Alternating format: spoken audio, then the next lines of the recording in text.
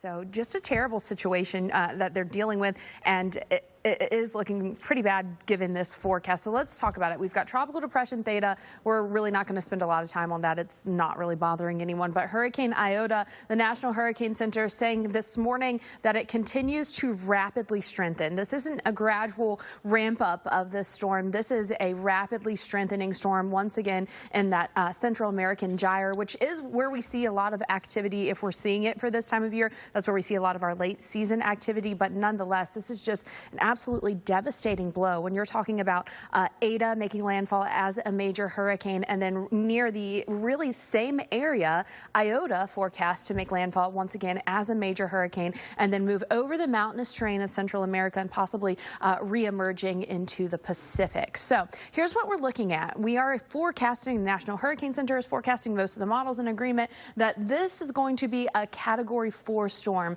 as it makes landfall early Tuesday, which of course is a terrible problem. When you're talking about a major storm, you're not only talking about the wind probabilities, but of course we've seen the rain come from this. We've seen the storm surge possibilities. So Puerto Cabezas, that is where Ada made landfall, and it is currently in that hurricane warning once again, probably feeling a little bit like deja vu. And then we're going to add in that storm surge risk as well. We're talking about 9 to 13 feet. That is absolutely devastating storm surge on places that have already been torn apart by the storm they saw in Ada. Here's what the forecast looks like. A foot or more of rain possible across some of these higher elevations there in Honduras, back into Guatemala as well, and then coastal Nicaragua could see a foot or more of rain on top of what they've already seen. Quick look at theta, as mentioned, not bothering anyone. Tropical depression winds at 35 miles. Now, play was delayed a little bit this morning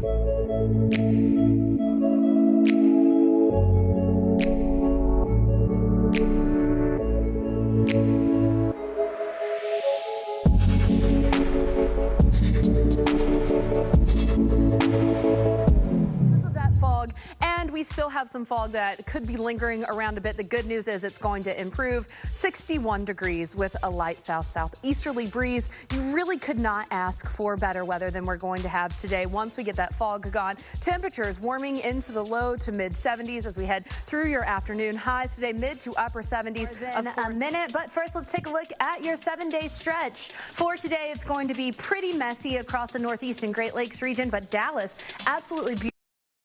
Plenty of sunshine. Now, as we head through next week, a lot of us are going to have this fantastic weather, above average temperatures for a good portion of the country. However, completely different story as you look back to the Pacific Northwest. You guys are going to have round and round of storms for the early part of next week. Above average temperatures for a ton of people as we head through the early and even late part of your next week. Chicago, you'll be in the upper 40s, but look at Dallas. You're going to be in the lower 70s.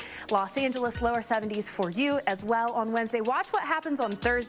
We're going to expand that warmth, though. Places like Atlanta, you're still going to be in the lower 60s, but with that sunshine, it's going to feel nice. Denver, mid 60s for you, so plenty above average.